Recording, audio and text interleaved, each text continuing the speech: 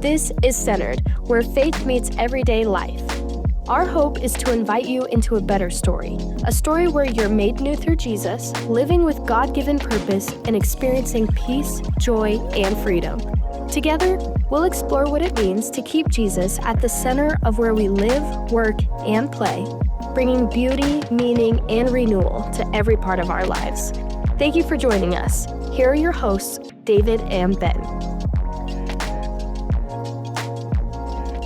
Let's start with a little prayer of St. Patrick. Oh yeah, tell me. It says, you might Be a know redneck? this. Christ with me, Christ before me, Christ behind me, Christ in me, Christ beneath me, Christ above me, Christ on my right, Christ on my left, Christ when I lay down, Christ when I sit down, Christ when I arise, Christ in the heart of every man who thinks of me, Christ in the mouth of every one who speaks of me, Christ in every eye that sees me, Christ in every ear that hears me. It's pretty good. Yeah. I didn't expect that. And I should have known it was going to be longer. It seems like older quotes are longer. The older quotes are longer. You wanted it to know. be like something. The consumer in me Yeah, it just was was something not short, really. and I was like, oh wow, he's still going. he is still going. I'm lost. I stopped paying attention 12 seconds in. You know, St. Patrick had an interesting history. Didn't he eradicate the snakes? He did not eradicate the Oh, snakes, that's a or wives' did he tale? find the pot of gold at the end of the rainbow. Are you sure? But he actually was he was kidnapped, brought to another land, turned into a slave, got freed, went back to his homeland, and then went back to the people that kidnapped him and enslaved him and became a missionary there. I knew none of that. Yeah, it's insane. I only dude. knew the things that weren't true about him. Yeah. It's insane. Darn it. It's really good. That's crazy. Yeah. Well, hey, welcome to Centered, Hey, the podcast. the podcast Yes. where faith meets everyday life. Yes, the intersection of faith and everyday life. Yes. I'm just going to repeat everything you say. Everything? Yeah, not everything. No. Oh, okay. But Well, we broke off I'm the hanging. My pattern. friends' kids are in town, and they're so cute, ages 8 and under. But Oh. one of their youngest, like she's like the 4-year-old, she just spent all day yesterday repeating everything I said at lunch, and it Oh, was that's so a- cute. It that's a wasn't even delight. annoying. Oh, Like, wasn't? She is so cute.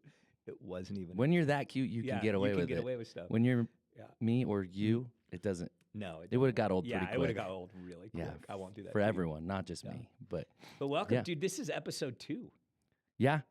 I mean, we had the pilot. Well, we have the And then pilot, we had but the that doesn't- episode- The pilot doesn't really count. It's just a pilot. Yeah. You know, we've actually, I literally said, please don't judge Yeah, us. don't judge us by the pilot. And then you said give us 5 tries. That's what you said, I Yeah. think, I somewhere think along there. five sounds good. So I'm getting nervous as we're getting closer to that 5 oh, of like, you're feeling the pressure. dude, we got to turn it on, dude. Oh, okay. Okay. Hold on. Uh, All right. Now you're good. Now It's you're game good. time. I Hey, don't think that's tell me working. about your outfit there. Your Yeah, thank you. Thank you for asking. You know, I got a lot of compliments, we'll say, in air quotes, compliments on my Luka Doncic jersey. And so today actually is the start of the MLB season in Tokyo. Oh, So the game's okay. at 4 a.m. yeah. But the Dodgers play the Cubs. Is this kind of like it's 5 o'clock somewhere for baseball? Is it- that what this is Absolutely. right now? Like, okay. Absolutely. I got my Shohei jersey. Yeah. Oh, it doesn't have a number on the front. It's 17. 17. And Tokyo launching. Are the Dodgers in Tokyo the right now? Dodgers are in Tokyo. Yeah. And Whoa. Shohei's like the biggest star. They're comparing him to like the Beatles, Justin Bieber, all the like the biggest names of the biggest names. He is But what's everywhere. interesting is I've heard of the Beatles and Justin Bieber, But you've never but heard I've of never. Shohei. Sorry, I'm not a baseball guy, okay. dude. I am so sorry. Yeah, my kids are. You Yeah. just moved a notch down. I with know. them. Who did they say that I was when I was hired? It They was said like you were we- Shohei. Oh. That's the funny thing. It's a funny thing. That's So, why the name yeah. sounded Yeah, familiar. that's Dude, it. I could probably list off a dozen tennis players that you'd never heard of. And Easy. Yeah. So Oh yeah. Yeah. it's all good. We all have our thing. Yeah, I mean, we could get into like, I'm too competitive, but I'm gonna put my competition aside Okay. because we got a podcast. Oh, let's do it. Yeah. Let's go. Yeah. And I'm ready. today I'm excited. we're talking about consumerism. And Yep. I was telling you earlier, like, I'm consumed with consumerism. Yeah, we are. Yeah. We all are. It- We it's- swim in it. It is the world we live in. crazy. Yeah. Yeah. So that's the podcast today. We're going to talk about how consumerism affects our lives, Yep. affects our walk, affects Spirituality. faith, spirituality, all of those things, and hopefully come to some real good talk about what we can do to counter the deforming effects of consumerism. So we I'm going to say we always start with, because this is the third time, so we can now say always and nevers. Yes. We always Always and start nevers. with the cutting room floor, and this is that segment where David gets to go, man, that worship team came up a little too early. I ran out of time, and I really had something I want to share with the world. Oh, I love it. And so, what do you got for us? Well, first, I think we need like a noise when it's like the cutting room floor, like wah wah wah wah, or you know, yeah. like what I mean, like the The like a button Oscars music starts or playing, something and like the when hook. you press a button and it's like a noise comes up. But I love the cutting room floor, and I love that, dude. I love having the space, to be honest, to talk about. Yeah. Yeah, it's hard, dude. It's hard. I mean, I know I say 30 minutes. My sermons are really like 40 minutes. Ish. And it makes, Ben super annoyed at me. Actually, And no. But I've been in environments where it is annoying, but it's actually kind of fun because we get to like kind of feel things out and go, okay, now it's almost like double dutch. Do you guys take bets? They're at jump the end? roping. He's ending now. He's ending now. Right. It's like, where do you jump in on the jump rope? Dude, you we guys jump now. did great this weekend, actually, though. Oh, when nice. Thank you. launched into the Oscar like time to get off the stage yeah. music, it was good. And hey, in that we do that for a reason. Like do. there is a reason. We want to curate space always for people to have a response to what they've just heard. Absolutely. And just create that space for people to open up their hearts and to the Holy Spirit and what God's doing in that moment. And so I love that. So even Me though too. it's like, I know it's kind of like a funny thing that we talk It about. is. It's an office joke. Yeah. You it's an guys office have joke. them. We have them. We have them too. They're just a little different. Yeah. So the cutting room floor this week, two things that I was thinking about today that I didn't get to really flesh out is, man, I AI'd and I was trying to like look up stuff of like, what's general perspectives of consumerism. And when I asked, hey, what are the negative effects of consumerism, the phrase retail therapy came up. Yeah, And I heard it stood out to me on Sunday when you said it. Yeah, and Yeah. it's like a real thing. It's in the dictionary. It's something that we have introduced to culture and society. And the idea is that you go to therapy. Why? Well, you've got to feel better. Right. You've got a problem. You got to feel better about Something's yourself. wrong. Work through I got it. a problem. I got to fix it. Mhm. And the whole name retail therapy, just in it, says that retail or consumerism is the answer to what ails me. So I don't need my counselor Right. anymore. Don't need my counselor anymore. I could just go Okay. shopping. And so I looked up the positive and negative effects of retail therapy, and I The was just positive's got to be I get new stuff. well, it is Is a that part one of of that. the Yeah, positives? we'll talk. We'll Okay, talk about this, but Sorry, I jumped the gun. it's just funny excited. because even what culture sees as a positive, like I look at it, I'm like, is that really Is that really like is that positive? really positive? Yeah. And so, number one positive effect of retail fit therapy is temporary mood boost. So sure. shopping releases a dopamine that the brain makes the brain feels good, and it's chemical. And listen to this, providing a short-term synthetic emotional lift. It sounded good till you said that. Isn't that crazy? Yeah. I love a dopamine hit. Yeah, Or at least who I think I doesn't? do. Yeah, who you know, doesn't? but then you describe it like that and I'm like, "Oh, that sounds like exactly what happens when I sin." Right? Totally. Like if you're doing Yeah. it right, like that's the old joke. If you're doing it right, It's fun. Yeah. You get like an instant like gratification thing, but then it leaves you wanting. It's short term, it's short lived. Yeah, it just like comes and goes, and it's not the real thing. And so, and I think what it's talking about is it's a manufactured thing. Okay. It's not like working out or where healthy practices that you do. It's like this manufactured dopamine boost that we have control of, which is just like drugs or caffeine or whatever the chemical thing, synthetic chemical thing is. Okay. Second thing is, I thought this was interesting, and this is exactly how it labeled it: a sense of control. So not control, but a sense of control. And it says choosing what to buy can make people feel more in control, especially during stressful times. This is a positive. This is another positive. Right. This is another positive that's listed in the positive. I just thought that's fascinating. You're killing my retail therapy, though. Yeah. Like, it is fascinating, but it's like, the saying, control is an illusion. Right. Yeah. You know, which is true always. Always. And we could talk about the theological, reality of that. But when you're stressed, most of the times it's because you're stressed because you're out of control. You can't control something. And so you go to shopping or consumerism to make you feel like you're in control. Just boom, tennis ball shooter. Right. I don't remember. Ball machine. Yeah. Ball machine. Yeah. Totally. Boom. Boom. Just like that. Get that. Here is one that I didn't consider. It was social connection. Shopping, especially with friends or family, can be a bonding experience. So how does that happen online? Oh, they're insinuating you go to a store. Actually go, that's a thing. Which, is that still maybe a thing? that's a little antiquated, but I do know, like, when we get together with family for the holidays, like, the girls will go out and they love to like go shopping and do stuff, and that's just like a bonding thing. I wouldn't have considered it either. Yeah, but it never came up. But that is a thing because guys don't do that. Not really. Yeah, we don't we're like. Hey. I mean, some guys might, but I don't. Yeah, I don't know too many guys that like, dude, I need a pair of pants. You want to go to the mall? It's usually in and out. Yeah, I know what I want. Yeah. It's a reward mechanism. So buying something special can serve as a personal reward for accomplishments or milestones. That I get. Yeah, I actually do get that because I've done that where it's like, I want to accomplish something. Here's the carrot. Yeah, that you dangle in front of you. Yeah. That one actually probably resonates best out of all of them. It's kind of like, hey, I earned this. I deserve this. Yeah, I'm sure there's some unhealthy things in that, but it at least that one makes sense to me. Yeah. And I didn't mean that in a negative way. No, I just meant like, no, there could. Yeah, like, I'm just acknowledging that there could be some unhealthy characteristics to it. I'm sure we'll talk about that. So negative effects.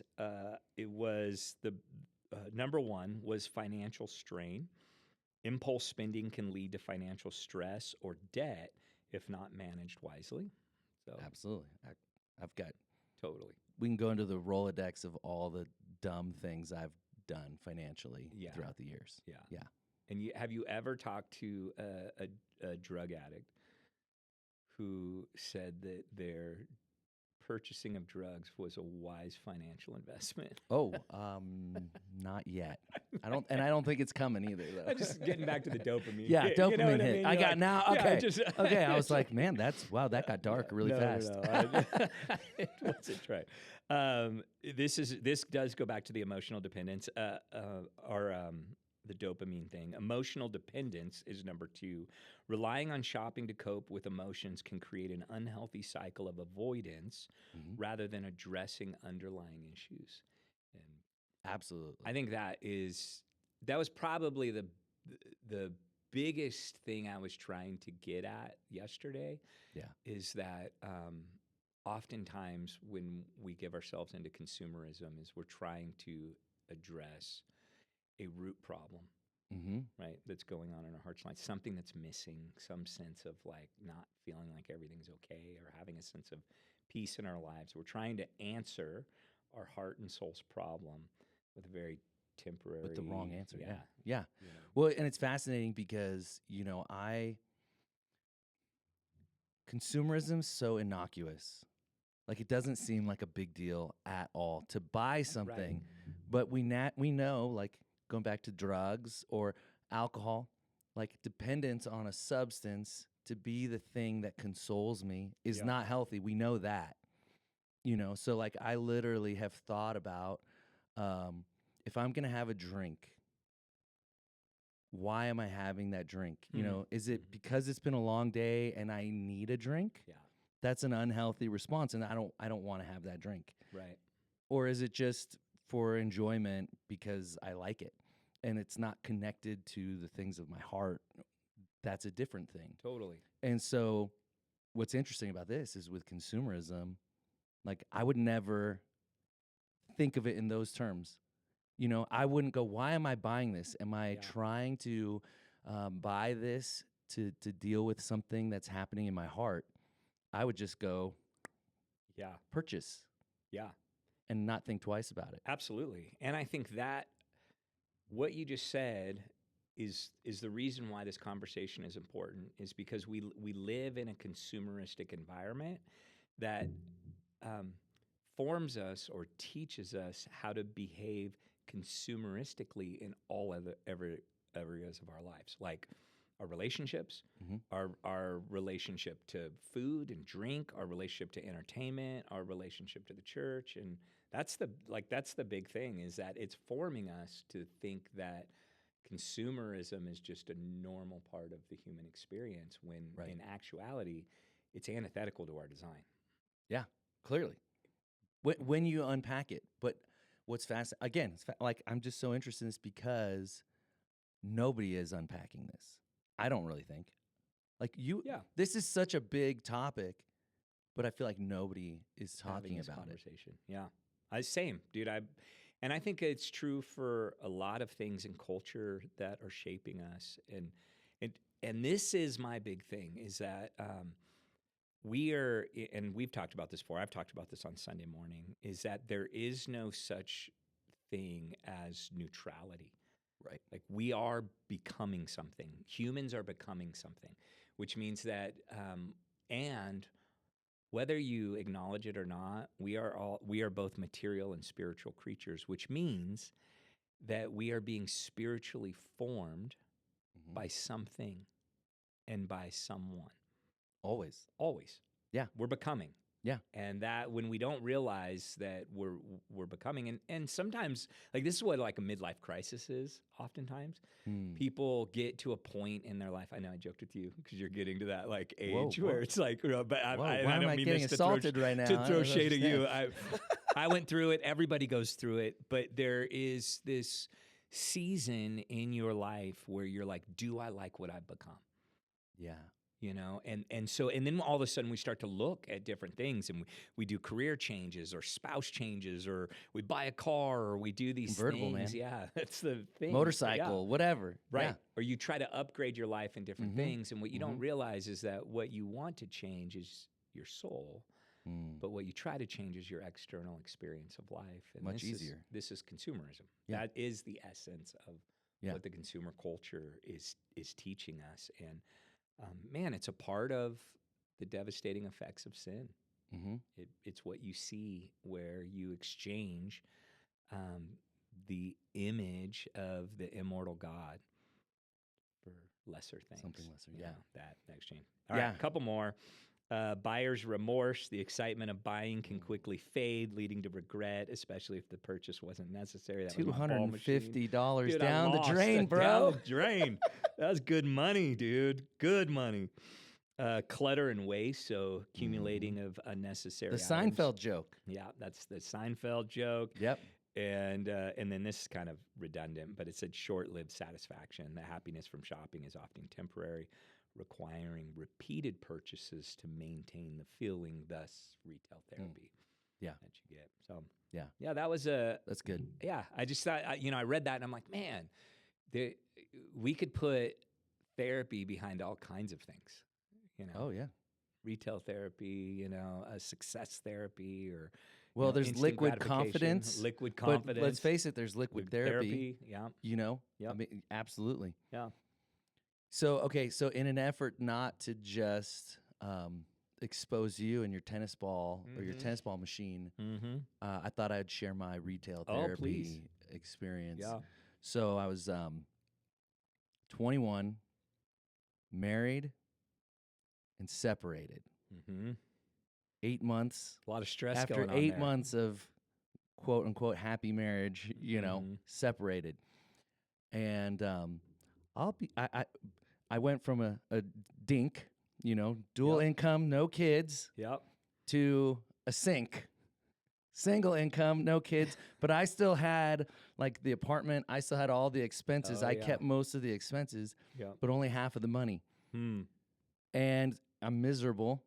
Life sucks. Yep. So what did I do? What any other good musician would do: buy guitars. Yep. I bought a bass guitar. I bought an electric guitar. I bought a couple amps. I bought another bass guitar, and that was my retail therapy. And I wasn't a drinker, and so it's like that's where I drowned That's my where you drink. sorrows. Yeah. And I didn't even really recognize fully what I was doing, Of course. other you don't. than just I was literally like in a survival mode, just trying to get to the next day. Like it's the only time in my life I journaled, and it's like so Psalms, like King David, like, why, Lord, my enemies surround me, everything is horrible. Yeah.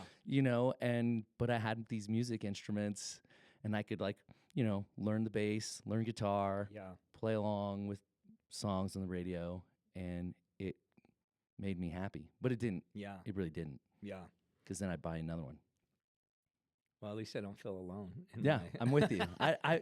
You know what's funny is I gave an example, but dude, I could give countless, I right? give countless examples Yeah. of the way that I've done this, and I'm a shoe guy. I've done it with shoes, make me feel good. Just Yeah. next pair of shoes, and I even threw shade at myself in the sermon, talking about like how I much picked is up on that. appropriate to spend Yeah. on a pair of shoes. Yeah. When I How many flat whites can you have? can you have? Yeah. Yeah, all those Yeah. were me. Oh, All no, those were my like issues that was there. Right. I did feel bad because I had a little thing where I talked about essential oils and shiplap, and I felt like I was calling women out in that thing. And Were you? I never said Was that the no. goal? I wasn't, but I should have like included like a garage full of like toys, or you know what I mean, Yeah, like yeah. like things. I didn't do that. So Rude. just sorry. I wasn't trying to throw shade.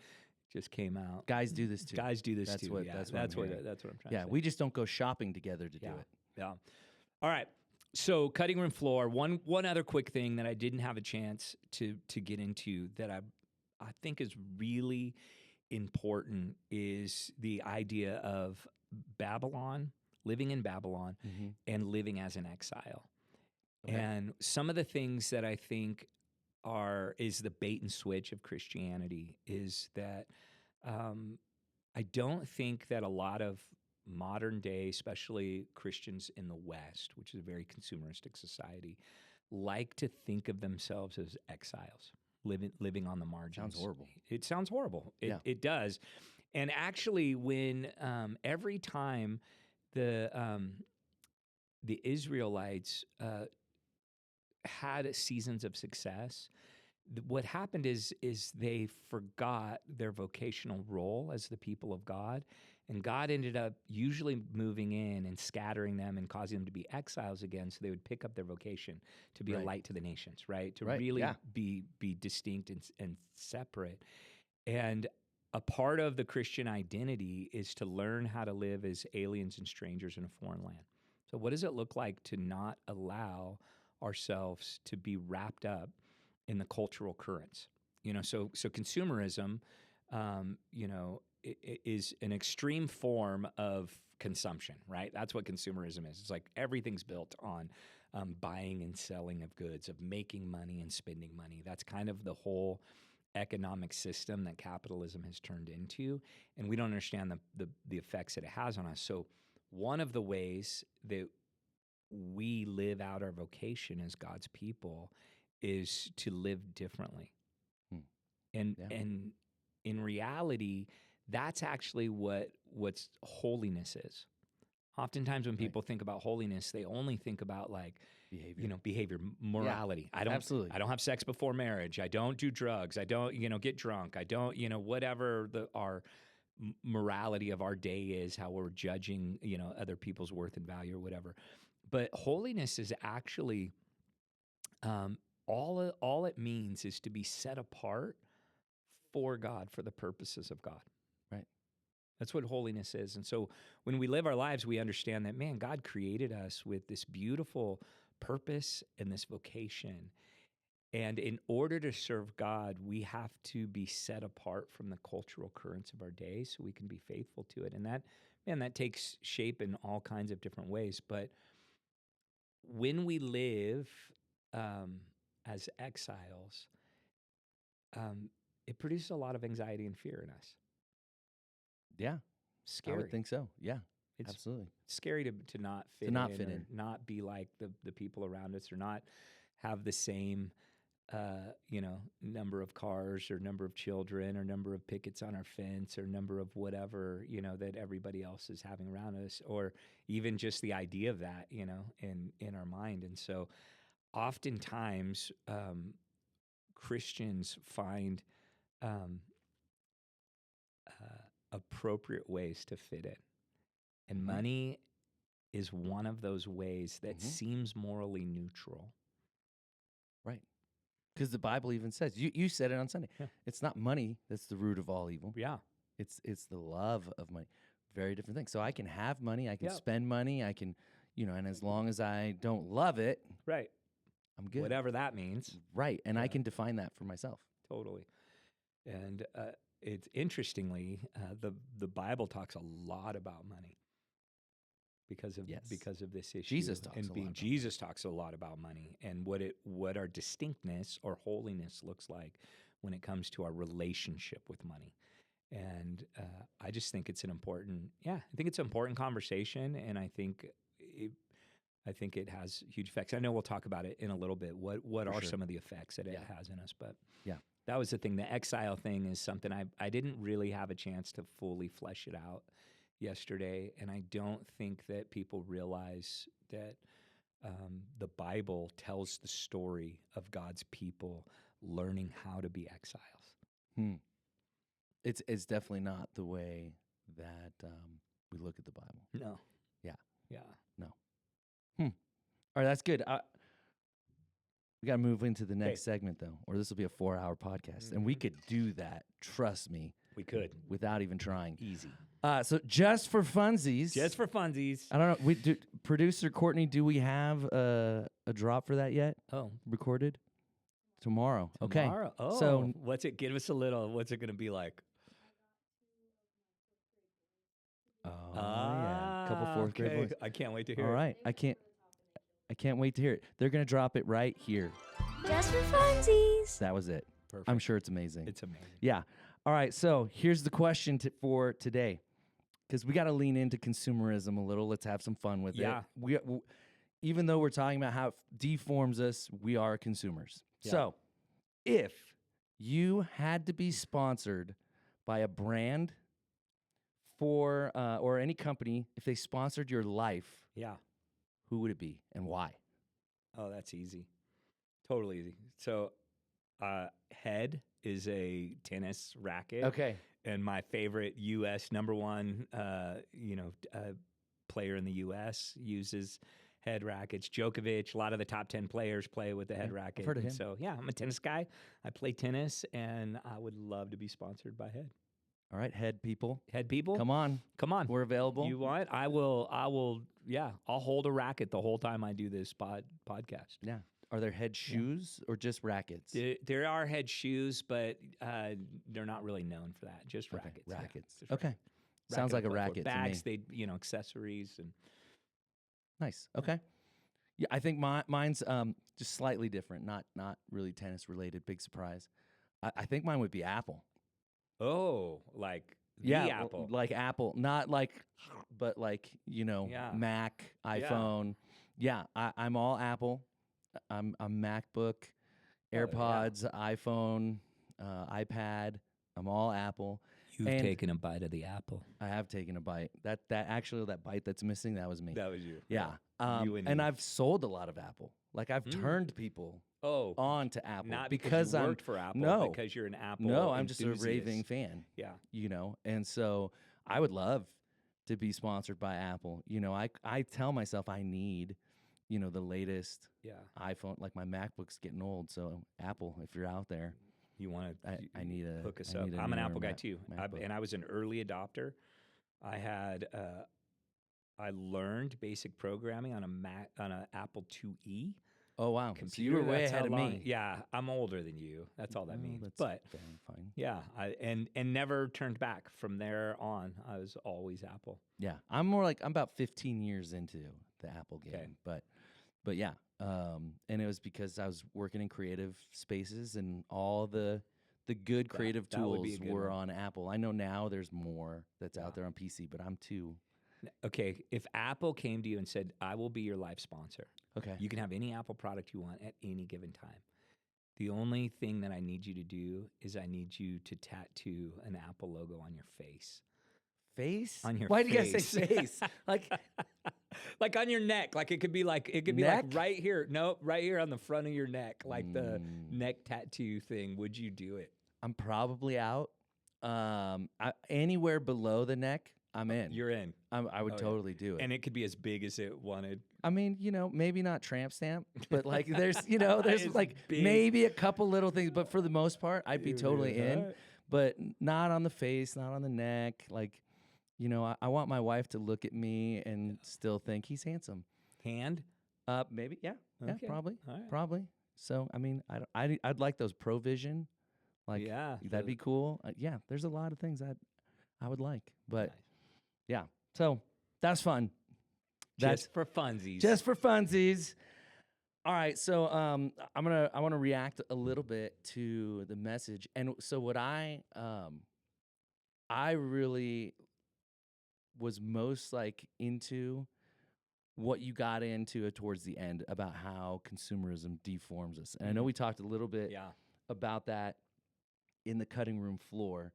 So that was like retail therapy component there, but two things I wanted to talk about with that. One is how it conditions us for convenience. Mm. I think this is really fascinating, and Yeah. we talked about this the other day. So I drive a Tesla. Mhm. People are bring your shade at me, whatever. It's fine. I do it because it's freaking cool. Like it's just a fun car. Yeah. I love it. But it has deformed my driving Yeah. in some pretty like serious ways that I didn't really understand until I would like drive my wife's car. And she's got a RAV4. It's a normal internal combustion engine gas vehicle for Yeah. all of you. And for all of us old dinosaurs. dude, it's got a key first of Yeah. all. Like I don't have a key in my car. My phone is the key. Yeah. So I have to like when I stop, I have to put it into park before I get out. My car will just do that for me. I have to turn the key off to stop the engine. I don't do that in my car. I have literally put the car in park with Lauren's car, gotten out of the car, and heard the engine running still. I'm like, oh my gosh. This never happened to me before I Yeah. owned a Tesla. Never. But the point being is how the convenience of the Tesla has impacted my driving Yeah. in other cars in Yeah. ways that I didn't Totally. even know was happening to me. Yeah. And so as I think about like the Tesla, like I think about, okay, what is consumerism and convenience in particular? How is it deforming me? How is it changing my expectations? Like your 6 to Yeah. 7 minute latte, like that's in all reality not that long, Yeah. but it's an eternity. Totally. Now because it's supposed to be frictionless, like Uber said, it's supposed, Yeah. like so, like how do we increase our awareness of what the conveniences of consumerism is doing to us? Yeah. Yeah. Man, conveniences are nice. They're Like great. me and my buddy used to take a lunch break, and we didn't have a ton of time, and so we would do a loop, right? And I'd be able to like we'd go to Chick-fil-A and then Starbucks, but we'd be able to do both of those on our phone, and we just take this little 30-minute like lunch break loop just to connect, and it was great to be able to like get out of the office, go for the loop, sit in the car, grab our stuff, be able to connect and talk and spend our time for one another. But when we start overlaying that pattern of behavior onto things like our relationships or church, or Yeah. marriages, things like that. I think about dating and how convenient it is now to Swipe sit right, bro. in an isolated place and examine potentials. And I'm like, whatever, that's doing something to the way we see people, because now it's like we are starting to view people in this thing of products.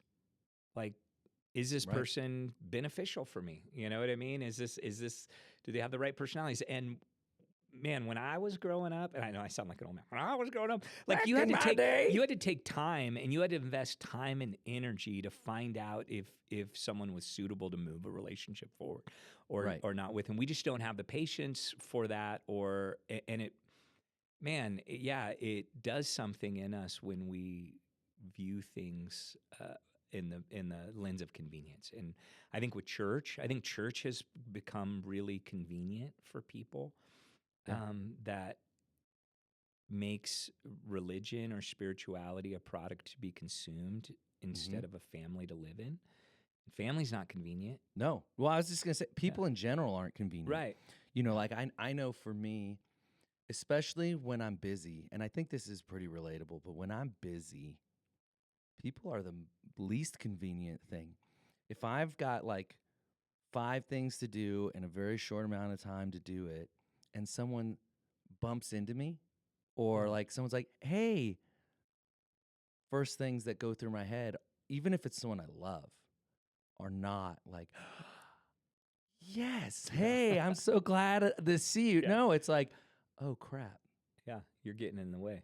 You are inconveniencing Yeah. me right now, even though I love you. And there are people who I more have to tolerate. And so it's even harder, Yeah. And so, how it's really, just this week has kind of opened my eyes a little bit more to see how I'm doing that Yeah. with people. Yeah. And man, I love the YouVersion app. Yeah. I love it. Like I always have the Bible with me. I'm able to Same. look through stuff. I really do love it.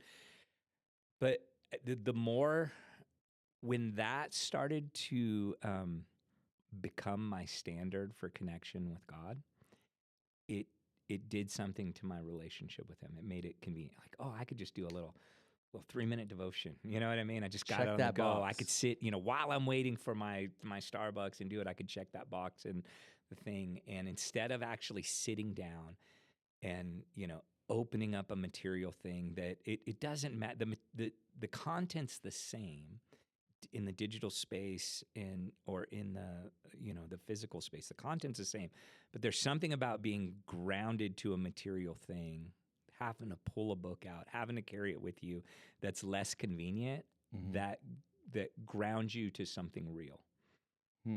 Okay, unpack that more, because I am not material guy. Yeah.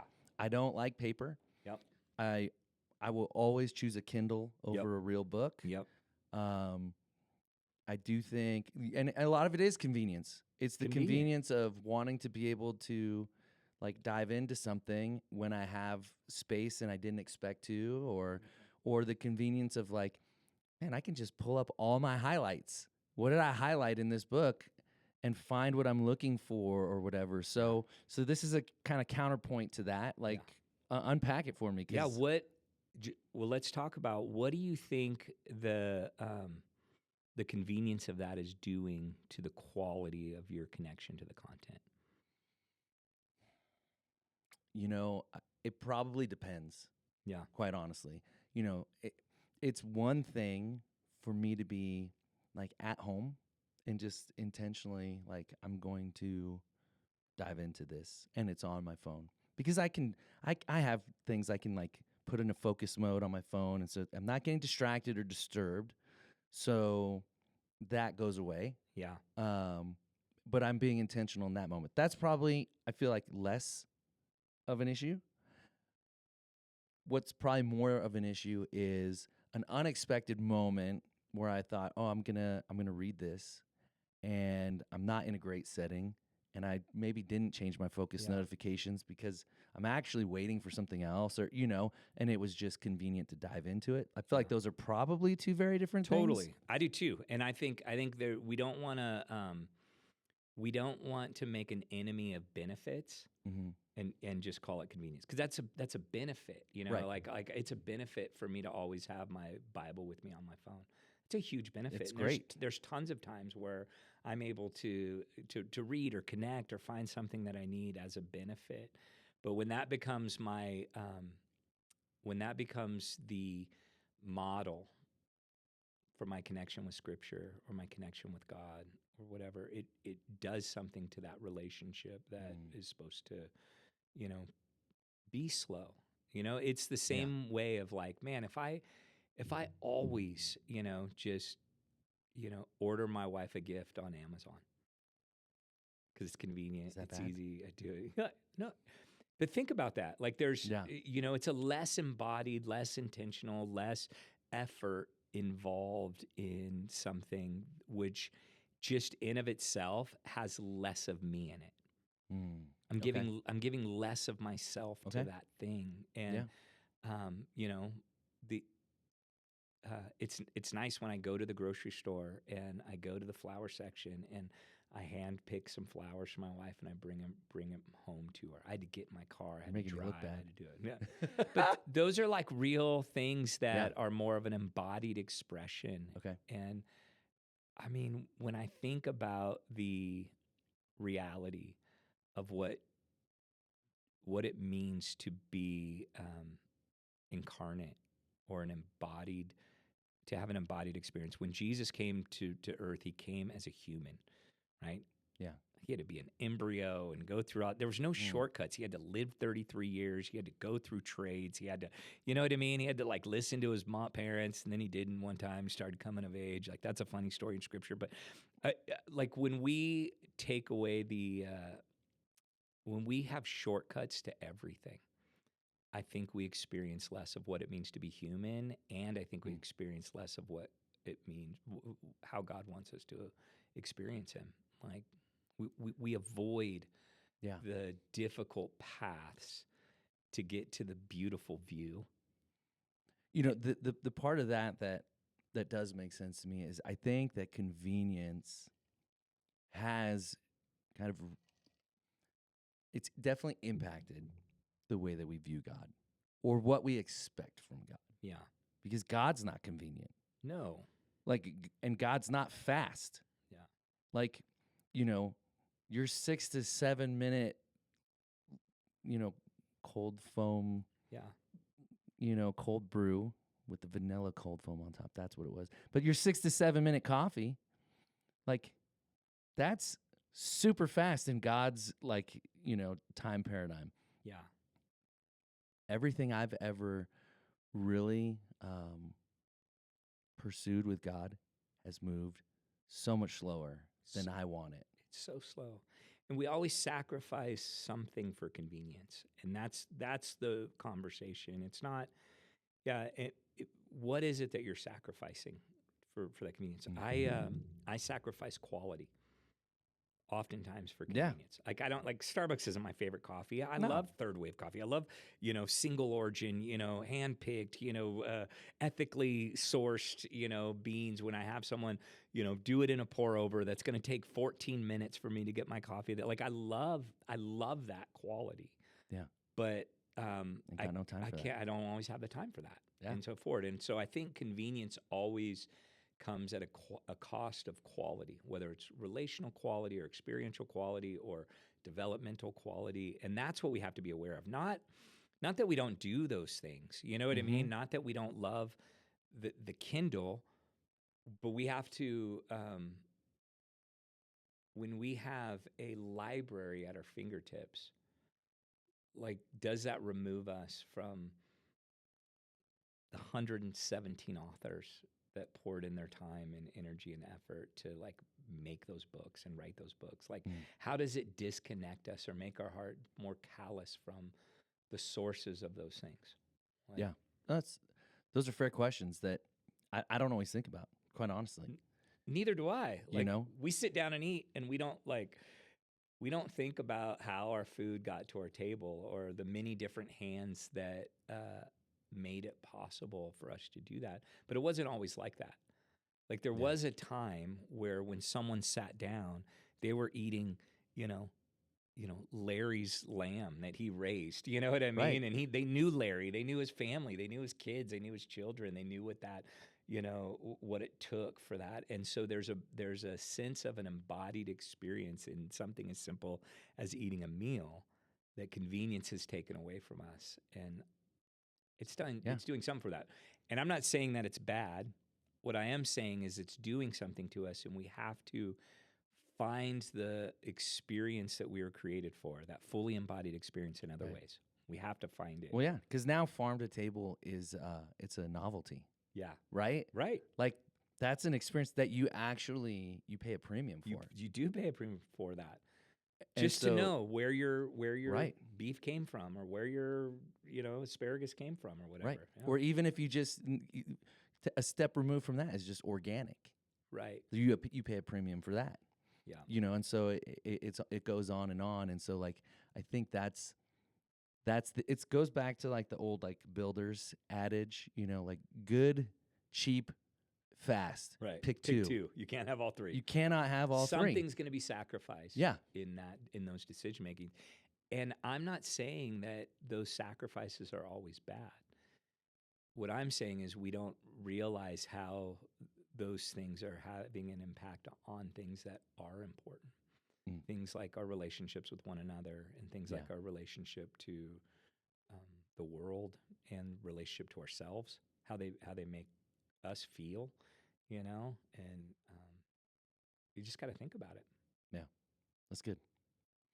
The other one I had, which I think we hit, and I think we'll come back to this, but was just how it changes our relationship to Christ, and I think we just talked a lot about that. So I want to move into our next segment. It's a brand new segment. Hey, it's the third episode. Yeah. And so we're in evolution. We're in evolution. It's a brand new segment. It's called David's Low-Key Obsession.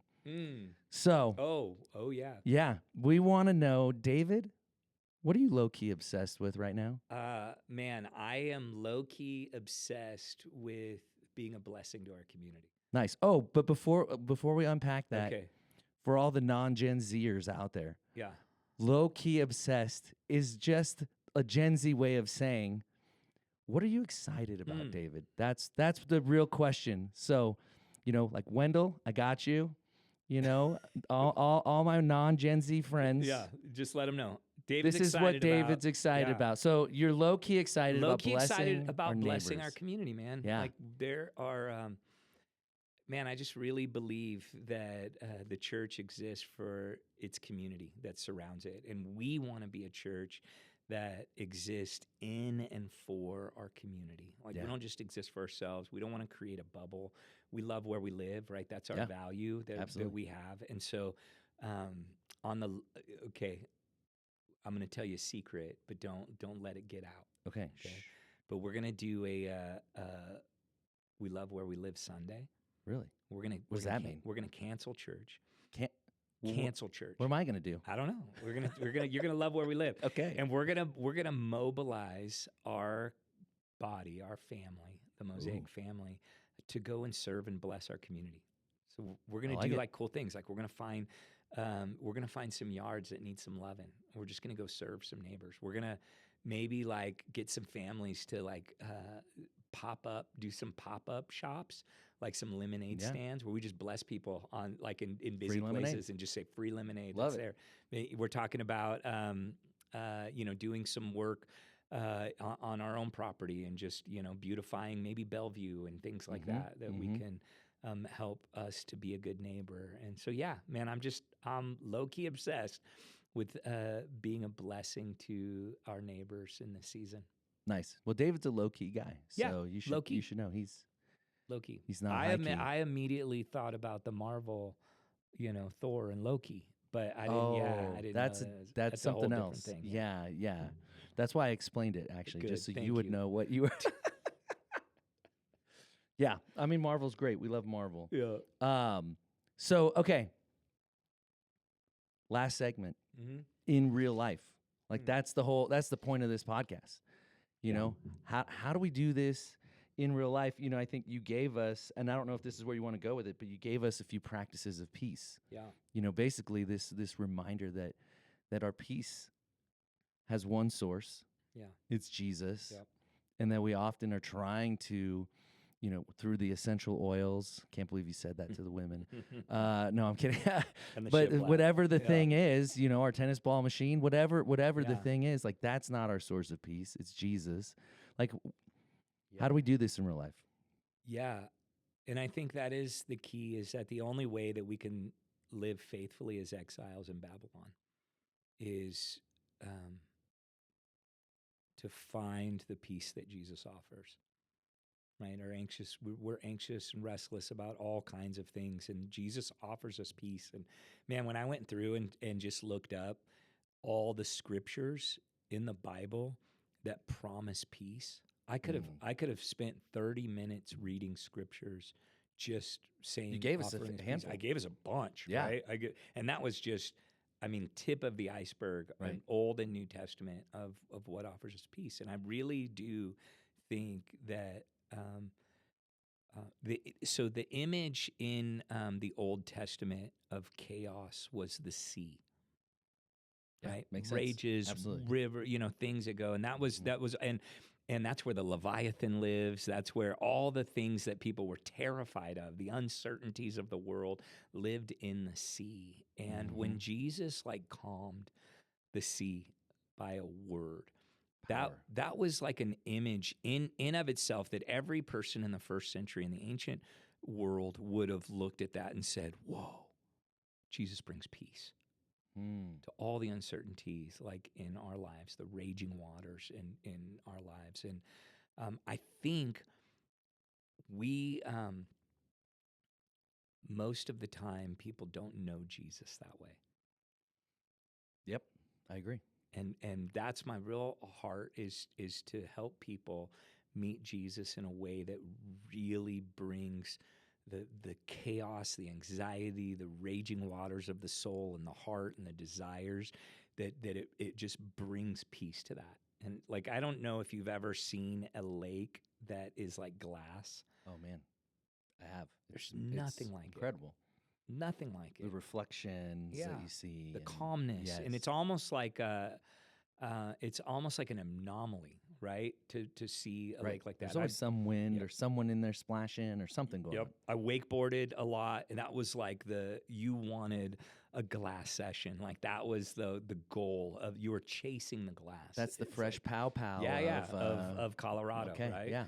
And so it's like, man, I think that's what Jesus wants for our lives. And when you wakeboard on rough waters versus still waters, there's a difference. Your ride experience is night and day. Like your stabilizer muscles are going on high alert, right? There's more tension and more. It takes more effort to ride on choppy waters, but when you ride on glass, you can almost just let go and relax and let the boat pull you, and you don't have to worry about anything, catching an edge or anything like that. And that's what life feels like to me. It's like Jesus wants to take us on this journey of just getting out of the choppy waters and riding smoothly, but it takes his peace. And so that the whole idea is, man, if we want to learn the way of peace that Jesus offers, we need to be with the Prince of Peace. We need to be with Jesus. Yeah. And there's a difference between praying and praying with Jesus. And there's a difference between reading your Bible and meeting Jesus in the scriptures. And there's a difference between serving the poor and participating with Jesus in the work that he's doing in life. There's a difference between, worshiping in community and encountering Jesus in the middle of your worship, and so that's the distinction is what we want to try to do. And matter of fact, that's what our Grow Together classes are really about, is to start to bring out some of those distinctions between religious activity and life with Christ. And my hope is that because of that, we will experience more peace in our lives. Yeah. The word that just kind of jumped out at me, that is like the Christian buzzword, I think, for this religious activity, is disciplines, Yeah. right? Yeah. So, like, what does that word? Do you think that word works in concert with this idea of there's more to these practices than just doing them? Do you think it works in tension with it? It's like in some ways counterproductive, maybe in the way that we think about it. Like, because discipline to me implies it's not enjoyable. Yeah. It takes a certain amount of like willpower for me to engage with it. Yeah. But what you're talking about sounds a little more enjoyable, frankly. Yeah. And like to commune with Jesus is something wholly different. So, what are your thoughts on the disciplines and how that fits in? Yeah, I think the difference between discipline, how we think of it in a negative way. Discipline is a very good thing. We have it in all kinds of different areas, but kind of in the negative way is it's about earning your way. Mm-hmm. Where what I'm talking about is receiving from Jesus. Yeah. So it's the difference between output and input. And that's the big thing is we're always thinking about, I got to put more output, I got to put more output, I got to put more output. And the reality is oftentimes in our spiritual practices, it's not about the output, it's about the input. It's about learning to receive from Christ. And that takes, that's hard because it takes disciplines that our consumer world doesn't allow for. Slowness,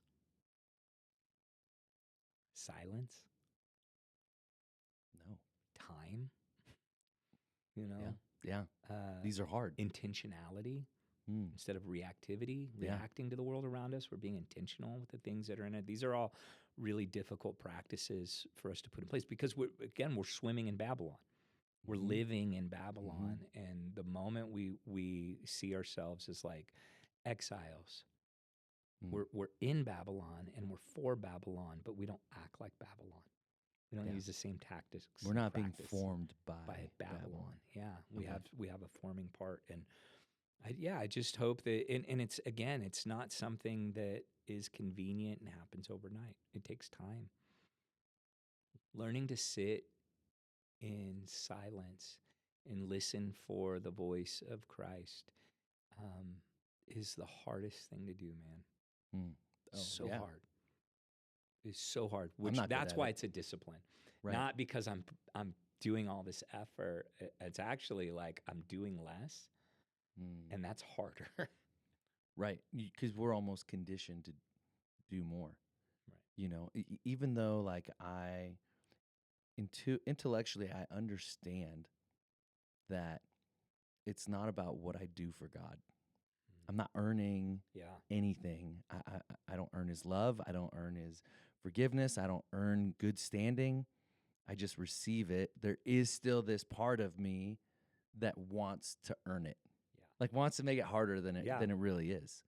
And those are the big things, right? Those are the obvious things like heaven and the right standing with God. You want him to be pleased with you. Like those are the big things. But now start to think about the simple practical things. I want joy. I want peace. I want love. Yeah. Like God will give me those big things. I know that intellectually, but these things I gotta do. I gotta go after and I gotta get. These aren't things that I receive. These aren't, and that's a limited understanding of the gospel of that Jesus wants to bring these things into our lives. And in the same way, we receive the forgiveness of our sins from Jesus, who did all the work on the cross, who paid the debt that I owed. He also wants us to receive all of the inheritance, the benefits of a life with Christ, which is love and joy and peace and patience and kindness.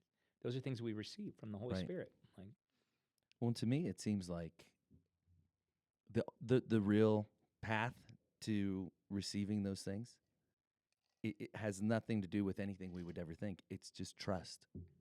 Faith is what the Bible calls it. Yeah. You know, it's trusting this God that we can't see, that we don't fully understand, that wants to send us seemingly to counterintuitive places that we don't want to go, and trusting that his way is better. trusting that He is going to do those things for us, that I don't have to manufacture them, that I don't have to create the joy, Yeah. but that He actually just like gives it to me.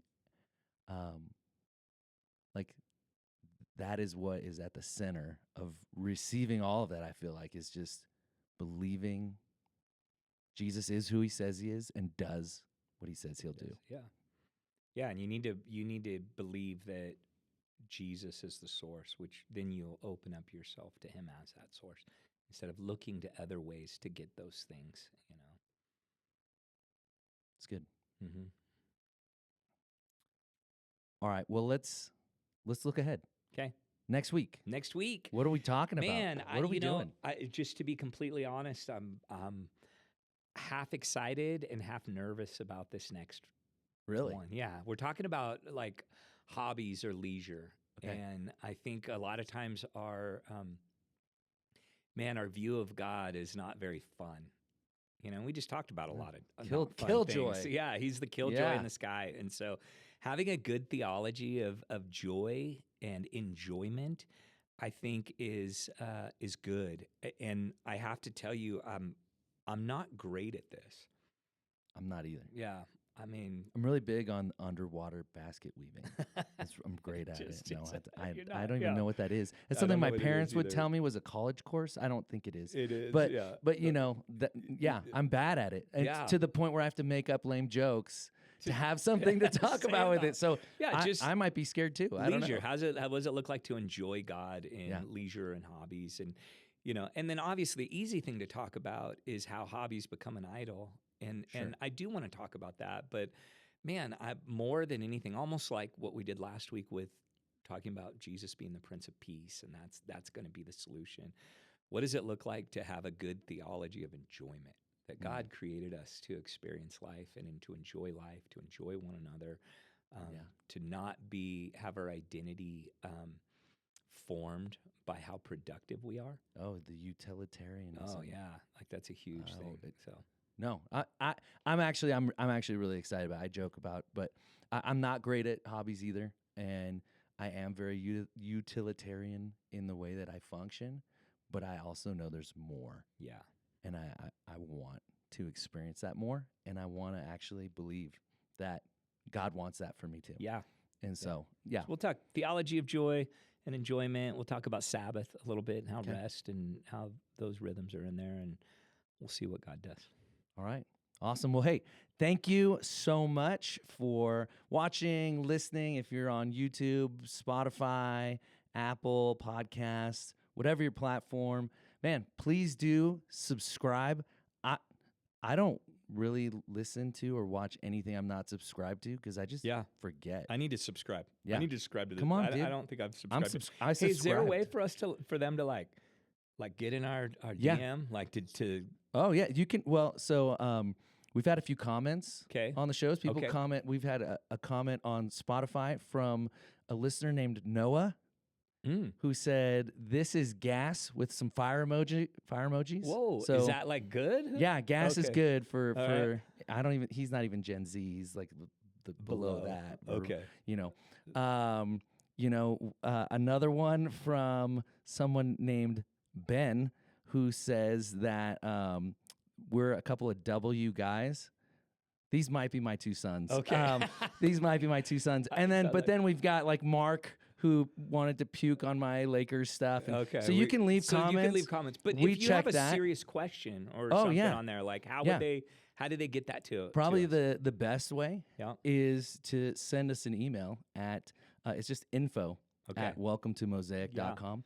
Just put subject podcast or what my friend, the Duncan's kids called. I told them I had a podcast today. They asked me what I was doing today. And the little 5-year-old goes, "Is it a podcast?" Oh, yeah. Well, I was like, kind of. It could be. No. But we'd love to hear questions. Yeah, we'd love to hear questions. Bring your comments, but all of it, honestly, it does help spread the word. Yeah. You'll see we're on YouTube. We got shorts and just some little things that you can share with friends on your social media or whatever, just to let people know. Yeah. But again, hey, thanks so much. Have a great week, and we'll catch you next time. Thanks for listening to Centered. Be sure to subscribe, leave a review, and share this episode with a friend. You can listen to Centered on your favorite podcast platform or watch on YouTube. To learn more about Mosaic or connect further, visit us online at welcometomosaic.com. See you next week.